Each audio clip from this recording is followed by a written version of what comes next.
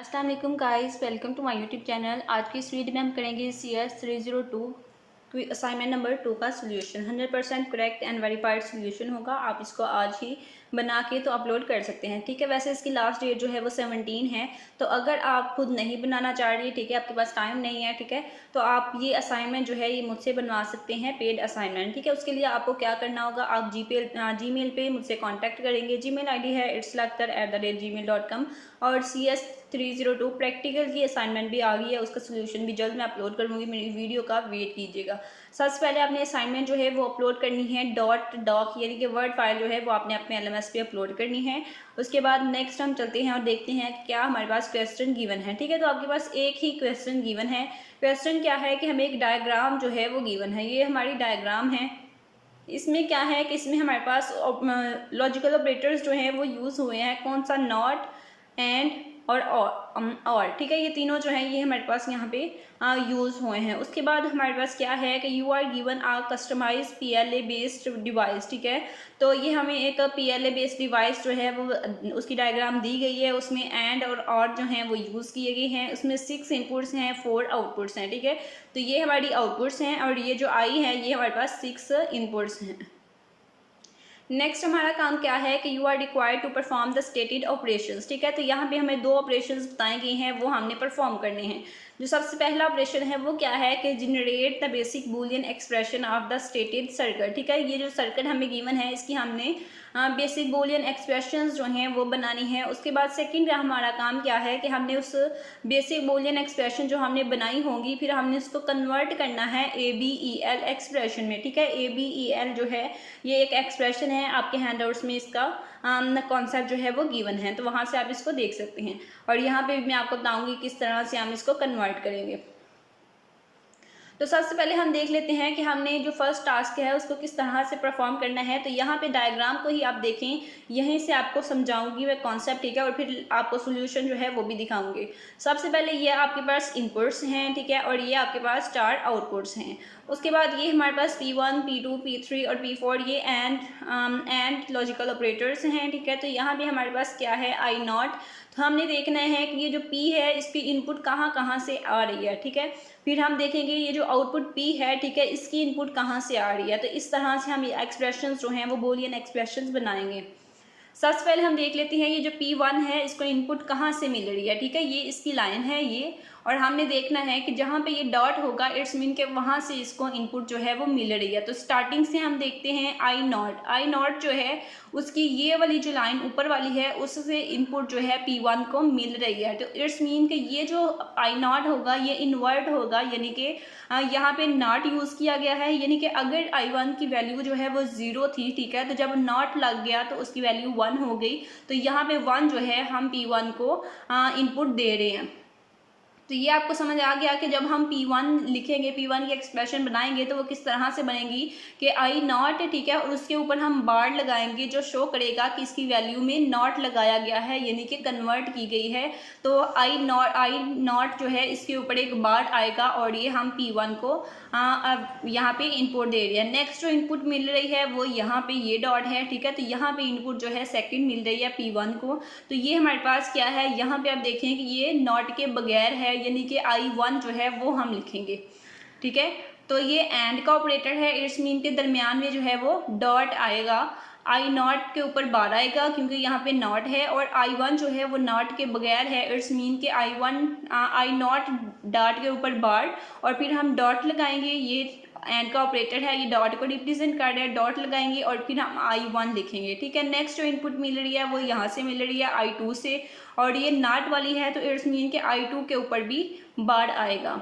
Next one input है ये वाली, ठीक है। तो यहाँ पे ये जो है ये नॉट के बगैर है, इट्स मीन के I3 आएगा। और उसके बाद ये इनपुट यहाँ से मिल रही है, ये भी नॉट के बगैर है, इट्स मीन के I4 आएगा, ठीक है। उसके बाद नेक्स्ट जो इनपुट लास्ट वन P1 को लास्ट इनपुट जो मिली है वो मिली है I5 से, और वो नॉट वाली है, इट्स मीन के I5 के ऊपर भी हमारे पास बार आएगा। इसी तरह से हमने ये हमारे पास P1 की हो गई। फिर हमने P2 जो है उसकी भी एक्सप्रेशन बनानी है। उसके लिए भी हम यही चेक करेंगे कि इनपुट जो मिली है वो नॉट वाली है या नॉट के बगैर है, ठीक है। जो नॉट वाली होगी उनके ऊपर हम बार लगा देंगे, और जो नॉट के बगैर होगी उनको हम वैसे ही लिख देंगे, और दरमियान में जो है हम डॉट्स लगाएंगे जो एंड को रिप्रेजेंट कर रहे होंगे।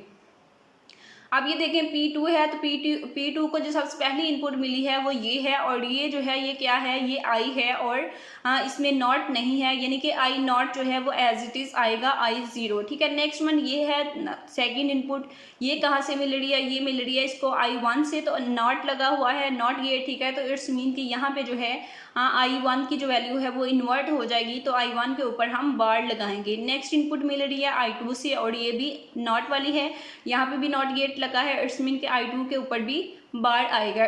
नेक्स्ट ये है, और यहाँ पे भी नॉट है, I3 के ऊपर भी बार आएगा, और फिर I4 के ऊपर भी बार आएगा, और I5 जो है वो नॉट गेट के बगैर है, इट्स मीन कि यहाँ पे I5 आएगा। इसी तरह से आपने सारी एक्सप्रेशन लिख देनी है, P1 की, P2 की, P3 और P4। ठीक है, चारों लिखने के बाद फिर आपका नेक्स्ट काम जो है वो क्या है, फिर हमने जो है नेक्स्ट आउटपुट को लिखना है। ये हमने इनपुट्स लिखी हैं, अब हमने आउटपुट्स को लिखना है, उनकी भी हमने एक्सप्रेशंस बनानी है। तो वो किस तरह से बनाएंगे कि यहाँ पे देखेंगे, ये हमारे पास P है, तो हम लिखेंगे आउटपुट्स में P इक्वल है किसके, P को हम देखेंगे कहाँ कहाँ से इनपुट मिल रही है, तो P जो है उसको इनपुट मिल रही है P1, और फिर यहाँ से नहीं मिल रही। ठीक है, यहाँ जहाँ पे डॉट होंगे वहाँ से आउटपुट मिल रही, इनपुट मिल रही है। ठीक है, P की जो इनपुट हैं वो 3 है, P4, P3 और P1। इसी तरह से Q की इनपुट्स क्या हैं, P4, P3, P2 और P1। R की इनपुट्स क्या हैं, P4, P2 और P1। इसी तरह से PS की भी आपने राइट कर लेनी है। ठीक है, और इनके दरमियान जो है यहाँ पे प्लस दरमियान में आएगा, क्योंकि ये और है तो R का जो सिंबल होता है वो प्लस होता है, तो दरमियान में इनके प्लस आएगा। ऊपर जो थी वहाँ पे डॉट आएगा और यहाँ पे प्लस आएगा। अब ये जो मैंने आपको काम बताया है इसको मैंने इसको सोल्यूशन को लिखा भी हुआ है, मैं आपको दिखा देती हूँ किस तरह से लिखा जाएगा। यहाँ पे आप देख सकते हैं inputs P1, P2, P3, P4 ये हमने लिखी। ठीक है, जहाँ पे नॉट आया वहाँ पे ऊपर बार लगा देंगे, और जहाँ पे नॉट के बगैर है इनपुट वहाँ पे जस्ट हम I1 जो है वो सेम एज इट इज़ लिख लेंगे। ये हमारी इनपुट्स हो गई 4, P1, P2, P3, P4। उसके बाद नेक्स्ट है हमारे पास आउटपुट्स। तो आउटपुट्स हमारे पास क्या है कि P को जो इनपुट मिल रही है वो P1 से, P3 और P4 से मिल रही है, हमने ऊपर देखा था। ठीक है, तो ये सारी आउटपुट्स हैं, हमने वहाँ से डायग्राम को देखते हुए राइट की हैं। उसके बाद नेक्स्ट है कि हमने इनको बूलियन एक्सप्रेशन में लिखना है। ठीक है, तो बूलियन एक्सप्रेशन में जब हम लिखेंगे तो अब ये मैंने आपको आउटपुट जो है वो दिखाई हैं कि P को आउटपुट जो है इनपुट जो है वो मिल रही है P1 से, P3 से और P4 से। अब P1, P3 और P4 इनकी वैल्यूज़ जो हैं ये हमने ऊपर यहाँ पे राइट बताई हैं। P1 जो है वो उसकी वैल्यू ये है, P2 की, P3 और P4। ठीक है, अब जहाँ जहाँ पे आउटपुट्स में P1, P2, P3, P4 है, अब उनकी जगह पे हम ये वैल्यूज़ जो हैं ये पुटअप कर देंगे। सिंपल यहाँ पे देखिए P1 है, P है, P इक्वल है P1, 3 और 4। अब P1, P3 और P4 दोनों की वैल्यू, तीनों की वैल्यूज़ लगाएंगे और दरमियान में हम जो है वो प्लस लगा देंगे, तो ये हमारी बूलियन एक्सप्रेशन P की बन जाएगी। यहाँ पे देखिए ये P1 है, ये P3 है और ये P4 है। इसी तरह से Q में हमारे पास 4 इनपुट्स थी, P1, P2, P3 और P4, तो उनकी वैल्यूज़ जो हैं वो हमने राइट कर दी, दरमियान में हमने प्लस लगा दिया। इसी तरह से आप R और S की भी बना लेंगे। ठीक है, तो ये हमारा एक काम जो है फर्स्ट टास्क जो है वो कंप्लीट हो गया कि हमने सर्कल को देखते हुए बूलियन एक्सप्रेशन जो है, बेसिक बूलियन एक्सप्रेशन वो राइट कर ली। अब हमारा सेकंड काम क्या है कि हमारी जो बूलियन एक्सप्रेशन है उसको हमने कन्वर्ट करना है ABEL एक्सप्रेशन में। ठीक है, तो उसको किस तरह से कन्वर्ट करेंगे, उसमें जस्ट हमारे पास जो डिफरेंस आएगा वो ये आएगा कि ABEL में जो नॉट है, ठीक है, यहाँ पे राइट कर देती हूँ, जो हमारे पास नॉट होता है, नॉट जो कि हम बार ऊपर लगा रहे हैं वो नॉट को रिप्रेजेंट कर रहा है, तो ABEL में नॉट को हम रिप्रेजेंट करते हैं निगेशन से। ठीक है, और एन को रिप्रेजेंट करते हैं, एन को हम रिप्रेजेंट करते हैं इससे,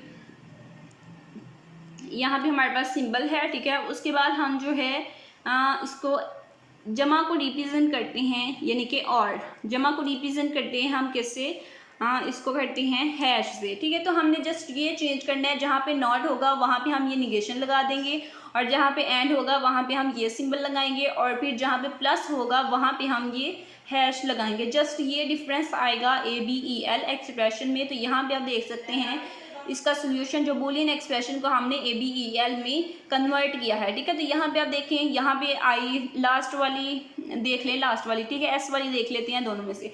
यहाँ पे देखें कि S1 में जो आई नॉट है उसके ऊपर बार है, तो बार रिप्रेजेंट कर रहा है नॉट को, तो इट्स मीन कि नॉट की जगह पे हम क्या करेंगे, हम पहले निगेशन लगा देंगे और फिर आई नॉट, ठीक है। फिर हमारे पास आगे डॉट है, तो डॉट ABEL में डॉट को हम इससे एंड से रिप्रेजेंट करते हैं, तो इस सिंबल से हम इसको रिप्रेजेंट कर देंगे, ठीक है। उसके बाद नेक्स्ट हमारे पास I1 है, तो I1 एज इट इज़। उसी तरह से सारा लिखने के बाद यहाँ पे प्लस है, तो ABEL एक्सप्रेशन में प्लस को हम हैश से रिप्रेजेंट करते हैं, तो हमने यहाँ पे हैश लिख दिया, ठीक है। ये हमारी आज की CS 302 असाइनमेंट नंबर 2 का सोल्यूशन था। अगर आप पेड असाइनमेंट बनवाना चाहते हैं आप हमसे कॉन्टैक्ट कर सकते हैं जीमेल पे। जीमेल ID है itslakhtar@gmail.com। चैनल को जरूर सब्सक्राइब करें ताकि आप चैनल के साथ अटैच हो जाएं और नेक्स्ट आने वाली असाइनमेंट CS 302 प्रैक्टिकल की आप तक पहुँच जाए।